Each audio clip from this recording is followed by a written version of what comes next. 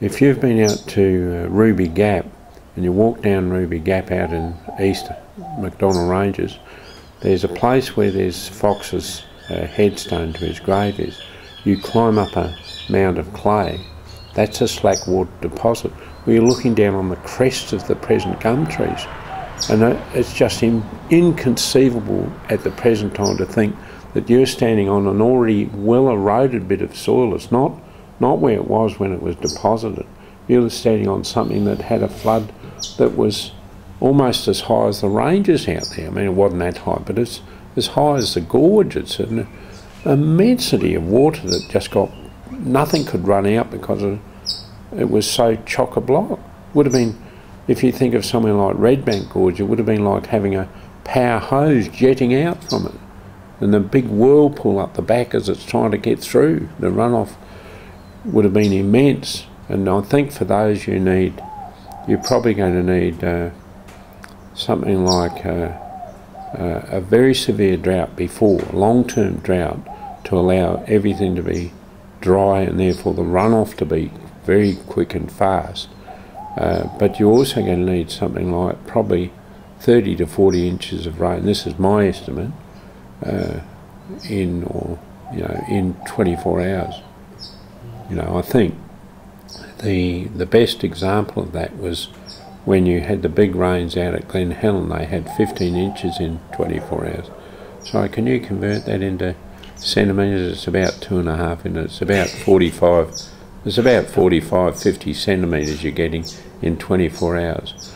And you've got an immense catchment for the Fink. It's a huge catchment area of all the creek lines there.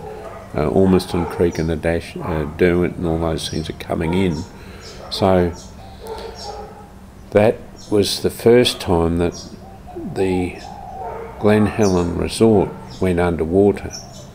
Now, when it went underwater and the people had to walk in their nightgowns and things up on the ridge and have a pretty miserable time, but they got out safely.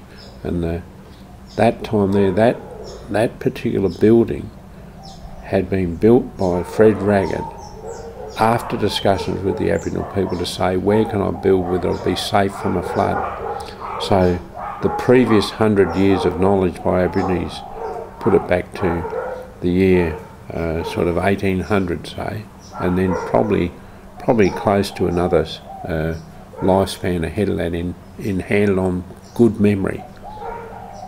You're saying there'd not been a flood up to that level in that period of time, because he was told that's where you're safe from floods.